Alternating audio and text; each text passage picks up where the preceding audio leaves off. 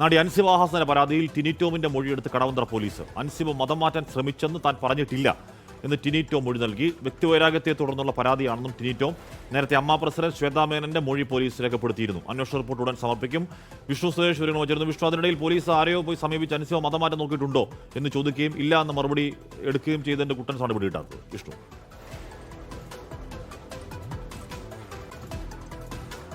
രണ്ട് കൂട്ടരെയും പരിഗണിക്കുന്നു എന്നുള്ളതാണ് നമുക്കത് മനസ്സിലാവുന്നത്. അൻസിബ നൽകിയ പരാതിയിൽ ചില ആളുകളുടെ പേരുകൾ പരാമർശിച്ചിരുന്നു.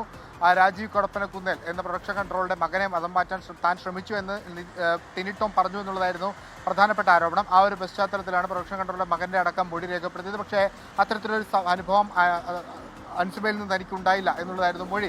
അതിന് പിന്നാലെ അമ്മ പ്രസിഡന്റ് ശ്വേതാ മേനോന്റെ മൊഴി പോലീസ് രേഖപ്പെടുത്തി. ടിനി അത്തരത്തിൽ അൻസിബയോട് പറയുന്നത്, അല്ലെങ്കിൽ അൻസിബയെക്കുറിച്ച് പറയുന്നത് തനിക്ക് അറിവില്ല എന്നായിരുന്നു ശ്വേതാ മേനോന്റെ മൊഴി. ഈ കേസിൽ ആരോപണ വിധേയനായി നിൽക്കുന്നത് ടിനി ടോമാണ്. ടിനി ടോം ഉള്ള സ്ഥലത്ത് ചെന്ന് ടിനി ടോമിനെ കണ്ട് ടിനി ടോമിനോട് പോലീസ് സംസാരിച്ചു. താൻ അത്തരത്തിലൊരു പരാമർശം നടത്തിയിട്ടില്ല എന്നാണ് ടിനി വ്യക്തമാക്കിയിട്ടുള്ളത്. ഒപ്പം തന്നെ ഇത് വ്യക്തിപരമായ ഒരു പരാതിയാണ്, വ്യക്തിപരമായ പ്രശ്നങ്ങളുടെ അടിസ്ഥാനത്തിൽ വന്നൊരു പരാതിയാണ് എന്ന മൊഴിയും ടിനി ടോം നൽകിയിട്ടുണ്ട്. അതുകൊണ്ട് തന്നെ വിളിച്ചു വരുത്തി മൊഴിയെടുക്കാനുള്ള സാധ്യത നിലവിലില്ല.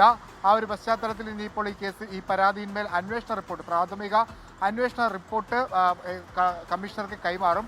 കമ്മീഷണറുടെ തീരുമാനമായിരിക്കും അന്തിമം. ആ കമ്മീഷണർ തീരുമാനം അനുസരിച്ചായിരിക്കും കേസെടുക്കണമോ വേണ്ടയോ എന്ന കാര്യത്തിൽ ഒരു തീരുമാനമെടുക്കുക. അമ്മയിൽ തുടങ്ങിയ തർക്കമാണ്, അത് പോലീസ് സ്റ്റേഷൻ കയറുന്നു.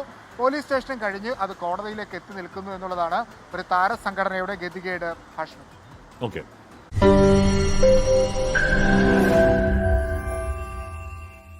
ലോകത്തെവിടെയായാലും ഏത് സമയത്തും 24 വാർത്തകളും ഓഗ്മെന്റഡ് റിയാലിറ്റി പാക്കേജുകളും എക്സ്പ്ലെയിനറുകളും വിശദമായി കാണാൻ ഞങ്ങളുടെ യൂട്യൂബ് ചാനൽ നിങ്ങൾക്ക് സബ്സ്ക്രൈബ് ചെയ്യാം.